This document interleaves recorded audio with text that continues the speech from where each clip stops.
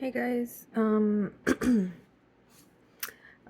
just wanted to do a quick little flip through of this journal that I made for a swap again for the Casa Azul Junk Journal Facebook group. I really liked how it turned out. I think this is one of my favorite journals I have ever made.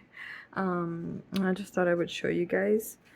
So I just used this little, trim around to close it as a closure.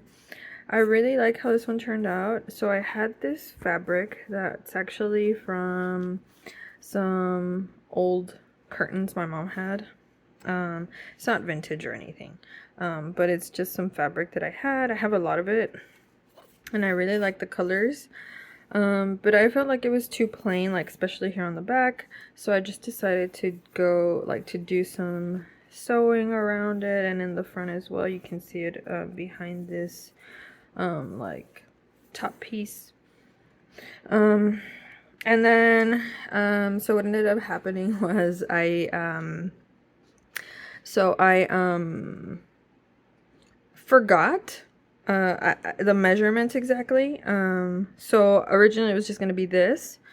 But when I looked up the measurements again, I realized that I was too short, so I decided to add a piece of wallpaper. I had this really pretty like yellow embossed wallpaper.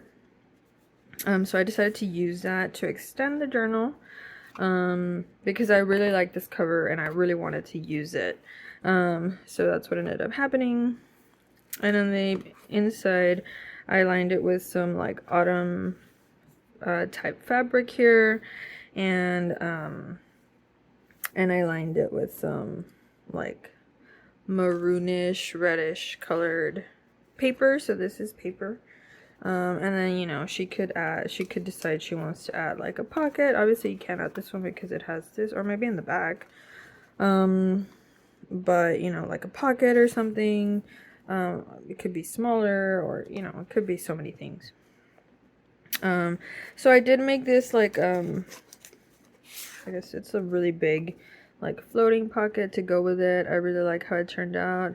I did some decoupaging on some book pages. I did a little bit of clustering with some of the fabric that I used throughout, and it has some more little goodies inside. This is an index card that I had ink dyed, and I also did some decoupaging on here. I added some lace to make a little tab. And I use this really pretty wired ribbon that I have. So on the inside, this pocket, I just shut it with washi tape. She could like totally remove the washi tape and use it like a flap. I did some stenciling on some of the blank white sides of the paper so it wouldn't be white. So one of the tags, I also did some stitching around. I don't know if you can see it that well.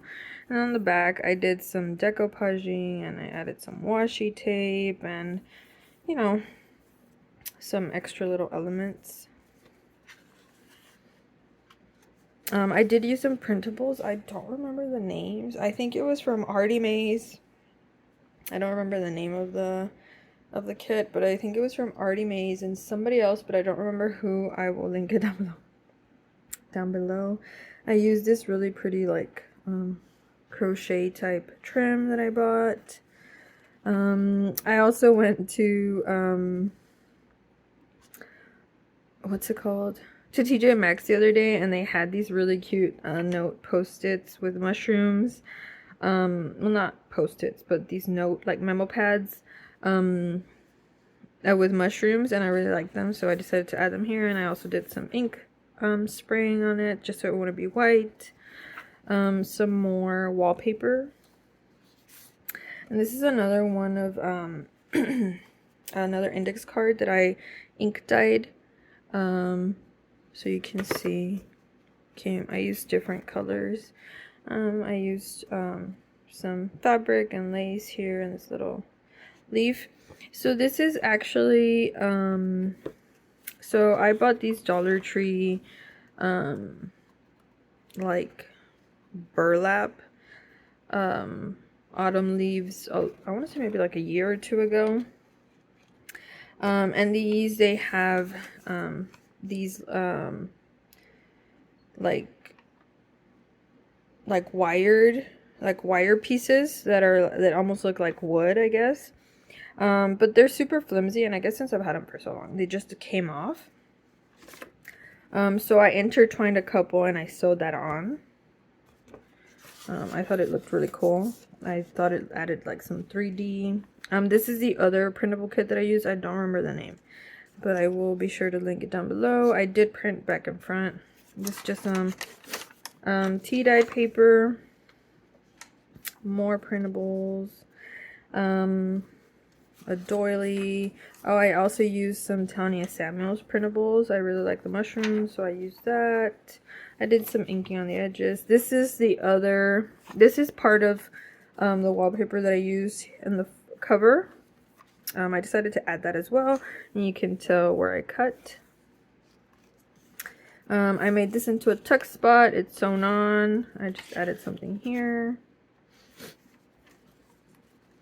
More printables. So I did use a mixture of trims and laces on this journal. As you can see, there's this really pretty like sunflowery or daisy flower type trim there. And there's this one, I'm not sure what they are. They remind me of chestnuts. And the theme was autumn, that's why. This is just a floating pocket that I put in here.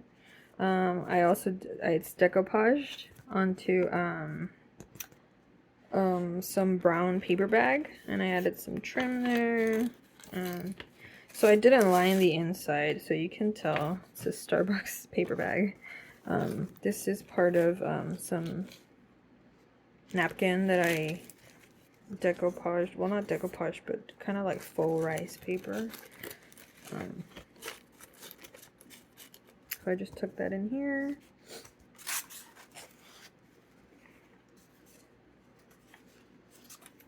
The other part of the paper. So some of it is more lightweight paper like this, like regular printer paper, and some of it is more thicker paper. I don't remember the exact weight.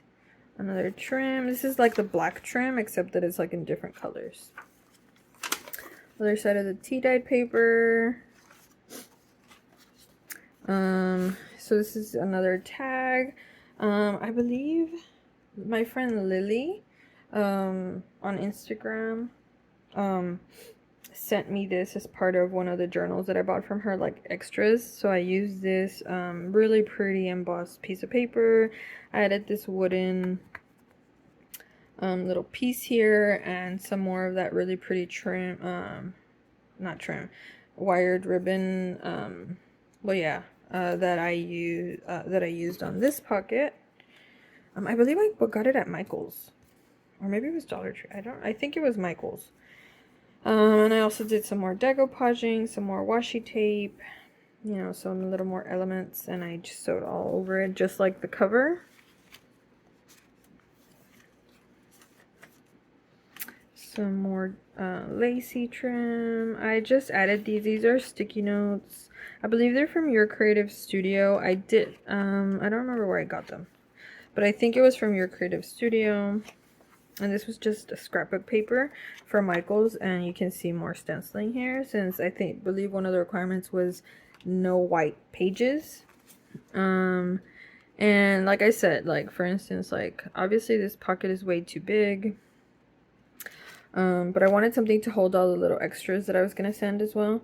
And since I already added the metal corners, it's a little bit hard to just stick it down.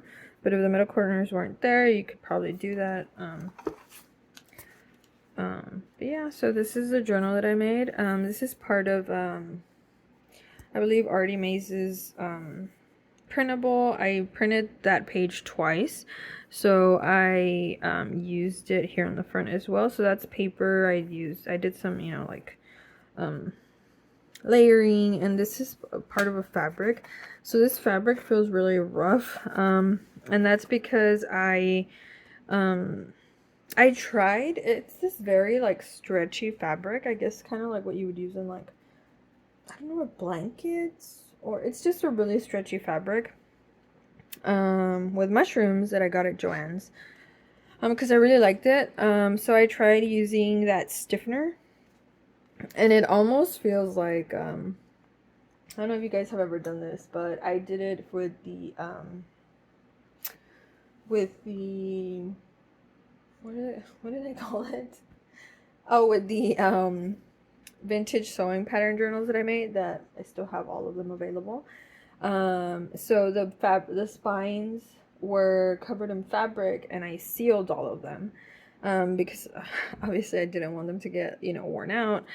So I sealed the whole entire thing, paper and fabric, and it feels like that, like very like stiff, I guess. And yeah, I didn't seal this journal because it's so much fabric. I didn't feel like I needed to. But yeah, I'm really happy with how this turned out. Super proud. I loved it so much. I'm almost tempted to make another one, and I might. I might try making another one and selling it. I just really loved it so much. Or maybe just keeping it to myself. I don't know. Because I just really liked how it turned out. I think it came out super pretty.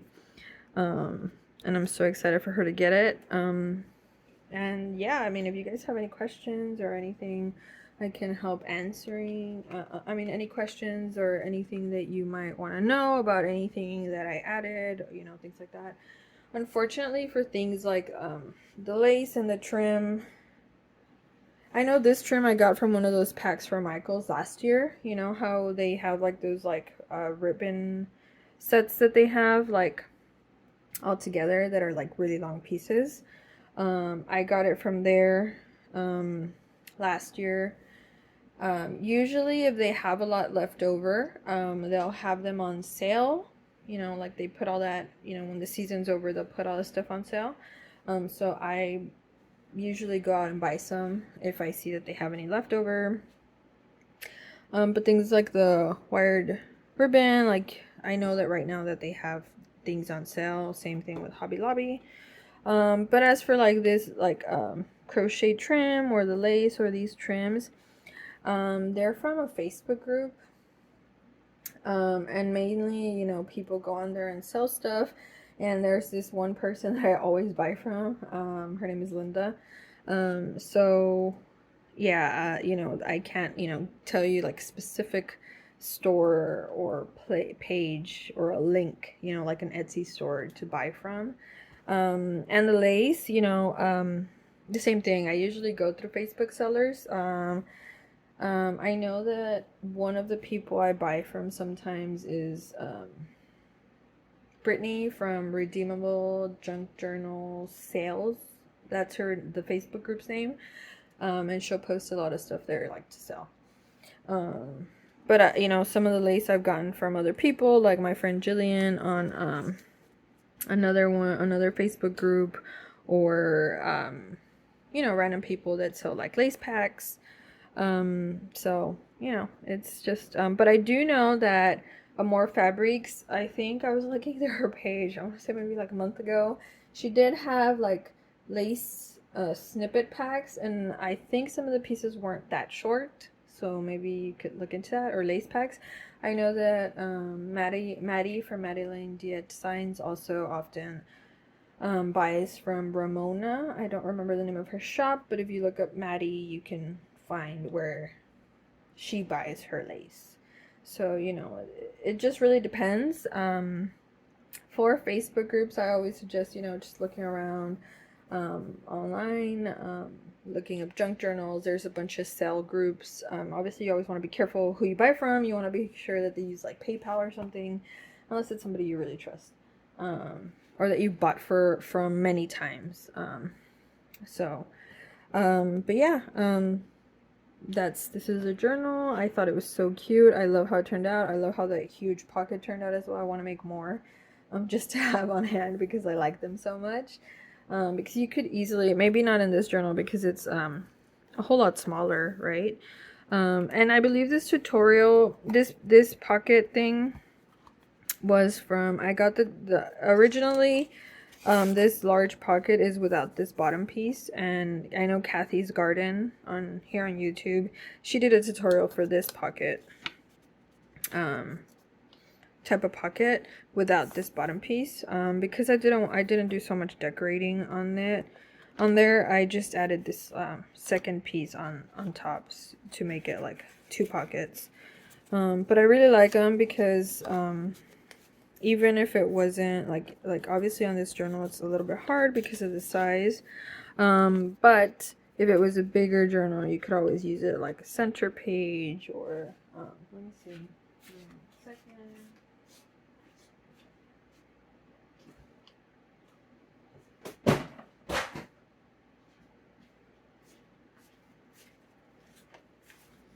Yeah, I think this one's bigger. Okay. So for instance, let me just find a blank page here. Let's say you were gonna do some, I don't know, autumn journaling, and you're using like a larger junk journal, like your everyday journal. You could always just paste it down and then do more journaling here. Or if your journal is bigger than this, then decorating around it. So that's always an option. I did not make this journal. I bought it from Mackenzie. I don't remember her Etsy shop name, but I really liked the cover. I liked the pages she used. So I ended up buying this from her. But yeah, you could always use them like that, or use smaller pages to create the pockets. I really like that book page size, so I just used it.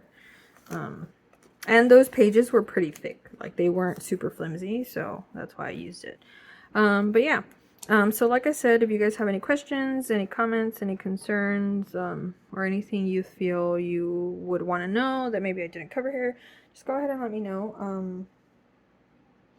I've been thinking about doing maybe like tutorials, but I feel like there's so many out there. Like, how do you make a junk journal? There's so many.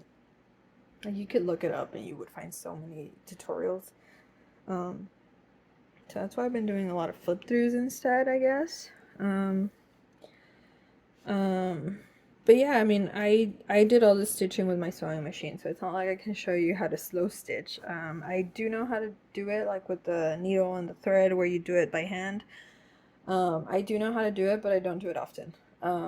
Not after I got the sewing machine. I didn't really feel the need to. It's just really time consuming and I'm not great at measuring, so some of my stitches will be longer than others, some will be super tiny, maybe they'll be a little bit wonky, but I do know how to do it.